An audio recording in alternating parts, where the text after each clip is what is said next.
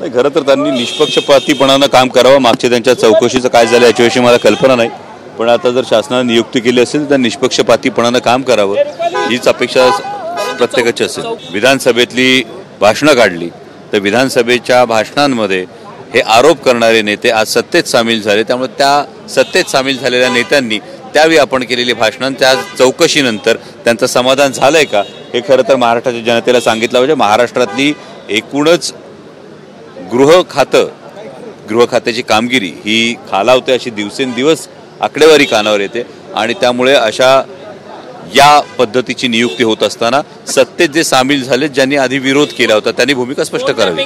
नेत्यांचे अनेक phone tap जे आहेत ते त्यांच्या कार्यकाळात करण्यात आलेले होते आणि पुन्हा एकदा अशी अनेक नेत्यांकडून भीती केली जाते की त्या पोलीस महासंचालक झाले तर पुन्हा एकदा फोन टॅपिंगचा जो सिलसिला आहे तो सुरू होईल. हे अत्यंत दुर्दैवी आणि अशा पद्धतीनं जर काही जे आरोप असेल त्या आरोपांमध्ये जर सत्यता असेल तर एकूणच हे लोकशाही प्रणालीला अत्यंत घातक गोष्ट आहे आणि मला अशी अपेक्षा आहे की याबाबत पुन्हा तशी तक्रार येऊ नये किंवा या आधीच्या ज्या तक्रारी झाल्या त्याची पूर्ण शहानिशा होऊन त्यानंतर जर ही नियुक्ती झाली असती तर जास्त संयुक्तिक राहिलं असतं. प्रभू श्रीरामचंद्र तुम्ही भाषणातून अत्यंत सोप्या आणि साध्या भाषेत समजावून सांगितलं, त्यांच्याविषयी आस्थाही व्यक्त केली. मात्र आपल्याच पक्षाच्या एका नेत्यांनी काल जे वक्तव्य केलं त्या वक्तव्याकडे तुम्ही कसं पाहता? हे बघा, वक्तव्यापेक्षा तुम्ही हे नेत्यांना भारतीय जनता पक्ष प्रभू श्रीरामचंद्रांवर एक स्वामित्व हक्क गाजवण्याचा प्रयत्न करतो, याविषयी तुमचं काय म्हणणं आहे बरं? म्हणजे प्रभू श्रीरामचंद्र जर एकवचनी होते तर आधी एक आश्वासन देऊन नंतर वो तो चुनावी जुमला था असं म्हणणाऱ्यांना प्रभू श्रीरामचंद्र कसे पावणार हे प्रश्न विचारले पाहिजेत ना.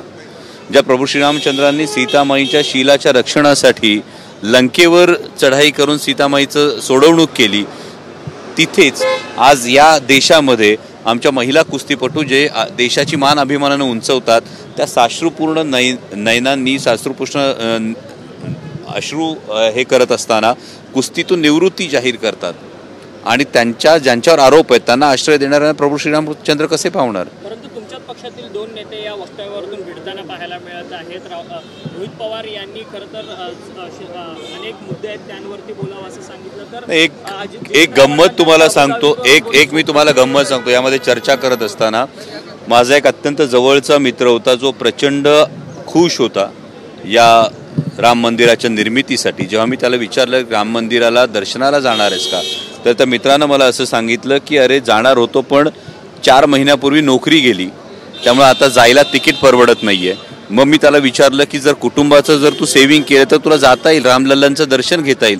तर म्हटलं महागाई एवढी वाढली आहे, गेल्या दशकामधलं सेव्हिंग पूर्ण खाली गेलेलं आहे, तर रामलल्लाचं दर्शन कसं घेऊ?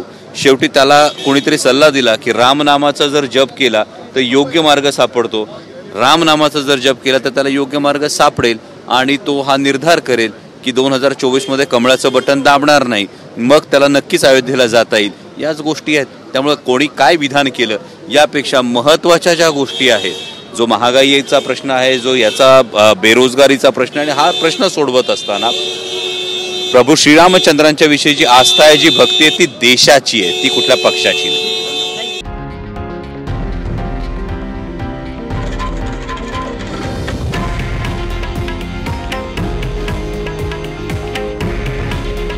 हे आहे देशातील नंबर 1 न्यूज नेटवर्क आणि आपण पाहत आहात TV9 मराठी. काळजी तुमची, हित महाराष्ट्राचं.